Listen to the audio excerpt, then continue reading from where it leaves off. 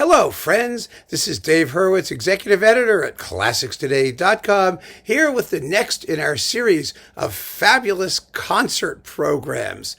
Now, the idea behind this first batch, and there are 6 of them, is to find the best possible way to display or highlight the amazing virtues of Nielsen's 6 symphonies.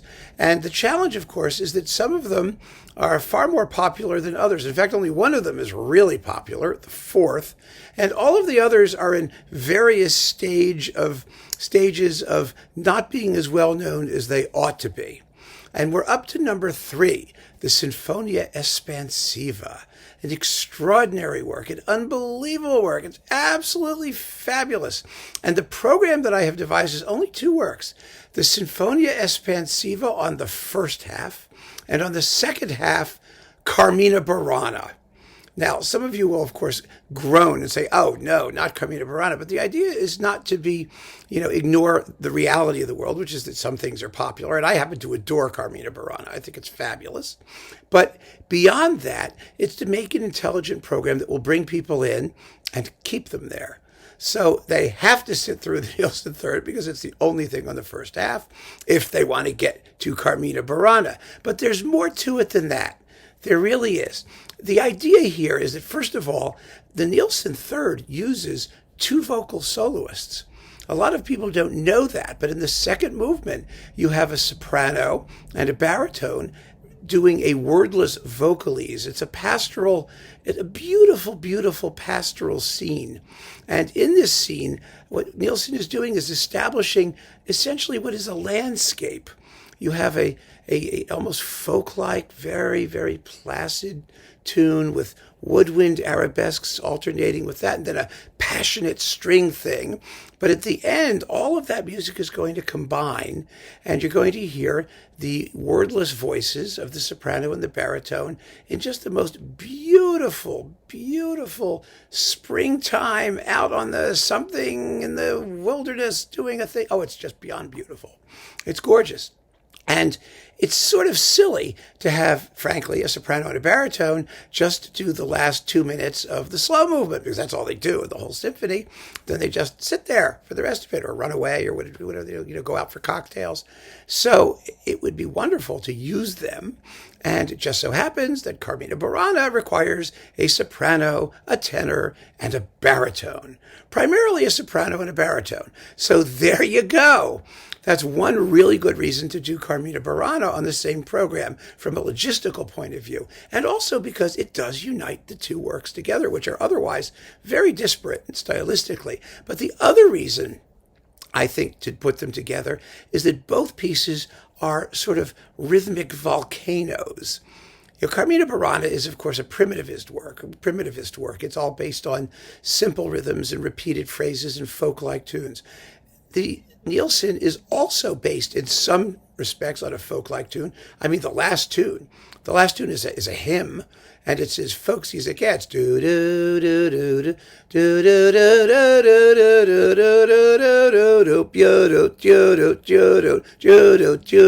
do. I mean, it could be a folk tune, but beyond that, even beyond that, it's so energetic, but in a completely different way that Carmina Burana is.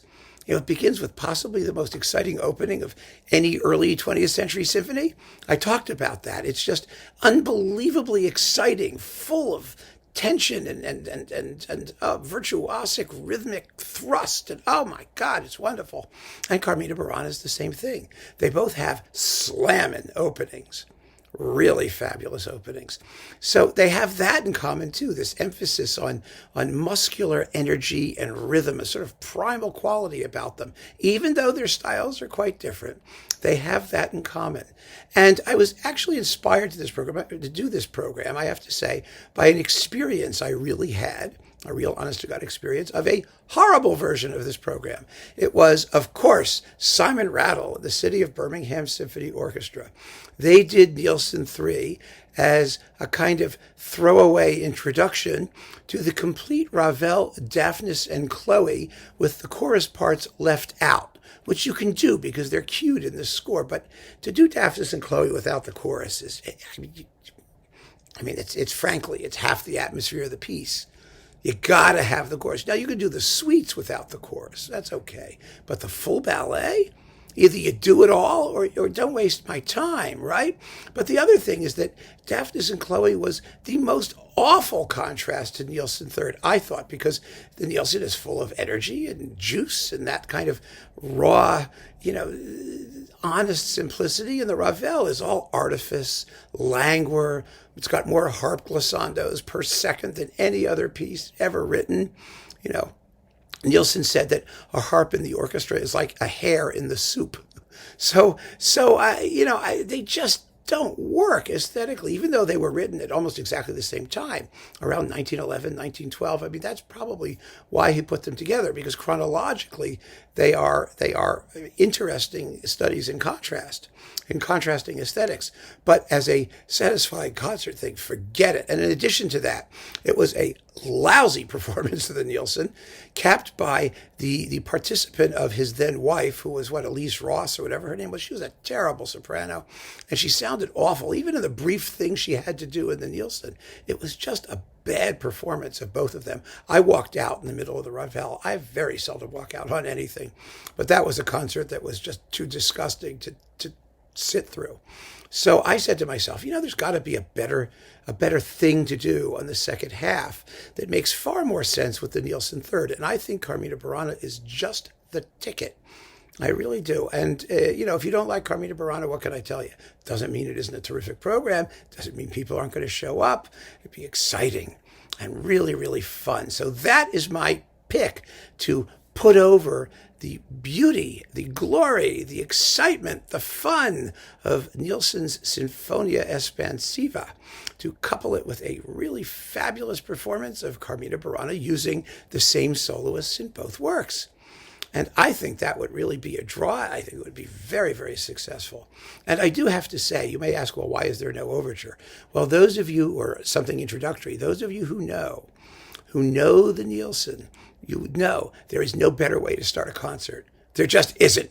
You walk out, you give a downbeat, the orchestra goes, crash, crash, crash, crash, crash, crash, bum, bum, ba-dum, bum, ba-dum, ba-bum, ba-bum, oh, it's amazing. I mean, the way I did it wasn't so amazing, but you're just into it, and your pulse is racing. Oh, it's such a fabulous opening. It's incredible, just incredible. Those two works are a winning combination. Trust me on this one. And if you listen to it at home, I think you'll agree. And if if everyone is brave enough to do them in concert together, I think you would have one hell of a good time. I'm not claiming this to be totally original. Maybe someone has done them together. I don't know, but I really am behind this one particularly, because I think it really, really works, even though the two pieces have so little in common otherwise. So keep on listening, friends. Thanks for joining me for this series. Next up, Symphony number 4, The Inextinguishable. Take care.